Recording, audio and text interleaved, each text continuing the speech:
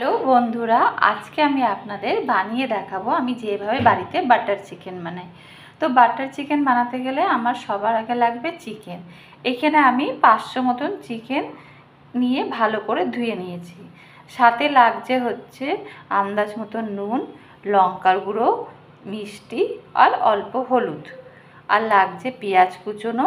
এখানে আমি 500 butter chicken করব, যেহেতু চিকেনটা আছে। এখানে আমি 1 বাটি পেঁয়াজ নিয়েছি, যেটা হচ্ছে মিডিয়াম সাইজের 3টে পেঁয়াজকে আমি কুচিয়ে নিয়েছি।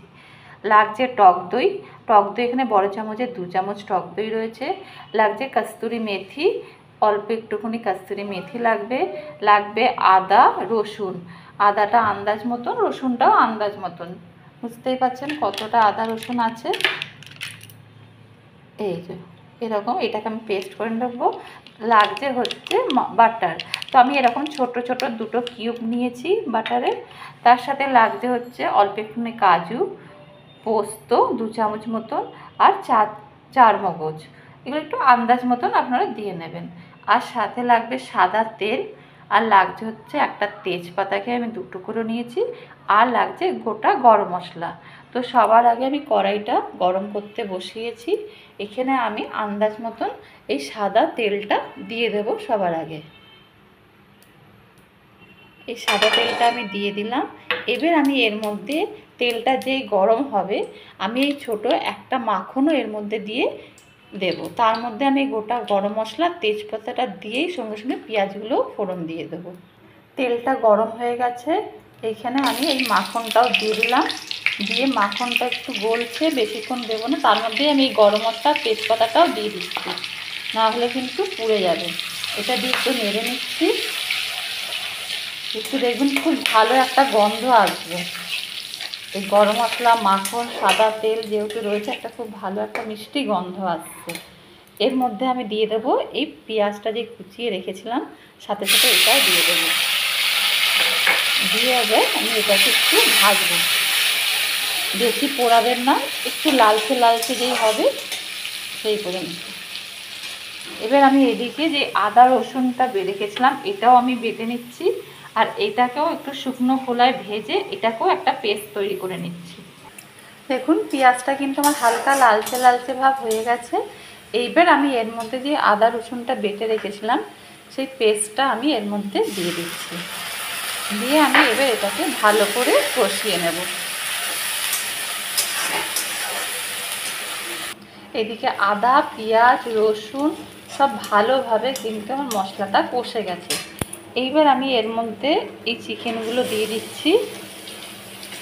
দিয়ে একটু 1 মিনিট মতো একটু ভাজা ভাজা করে নেব এইভাবে। এইদিকে আমি একটা পাত্র নিয়ে নিয়েছি। এইখানে আমি এই চামচের বড় বড় 2 চামচ আমি এই টক দইটা এখানে ঢেলে দিলাম। আর একটু লাগবে। আর এইদিকে আন্দাজ মতো নুন, লঙ্কার গুঁড়ো, মিষ্টি আর হলুদ। একটু মিষ্টি লাগবে, তার কারণ বাটার চিকেন কিন্তু একটু মিষ্টি মিষ্টি হয়। সেই জন্য এই মশলাটা আমি এই দইয়ের মধ্যে নিয়ে ভালো করে একটা পেস্ট তৈরি করে নেব। লাগলে একটু জল দেবেন।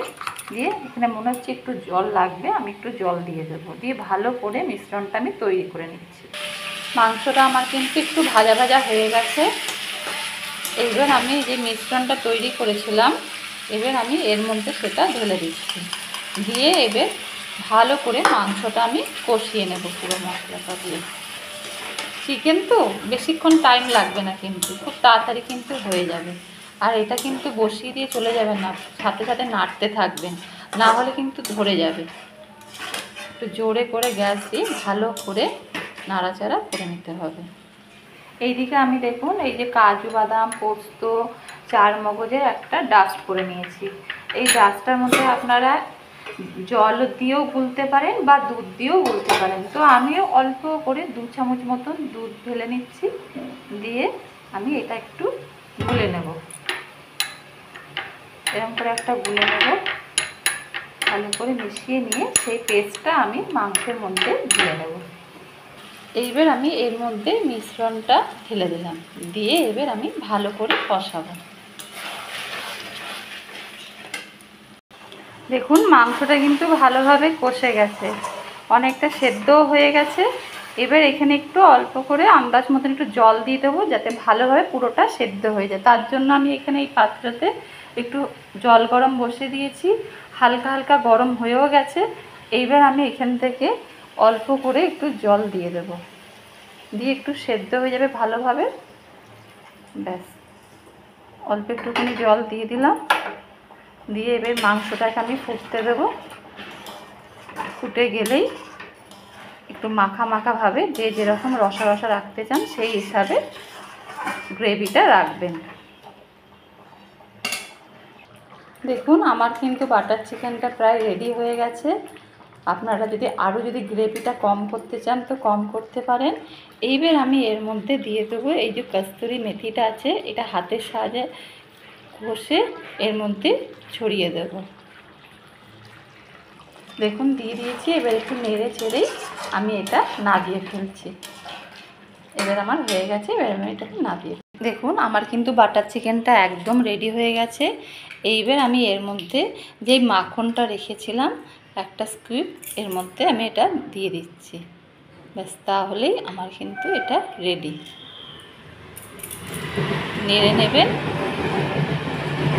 কেমন লাগলো আমার রেসিপিটা? যদি আপনাদের ভালো লাগে তাহলে অবশ্যই লাইক আর সাবস্ক্রাইব করতে কিন্তু ভুলবেন না। তাহলে আজকে এই পর্যন্তই।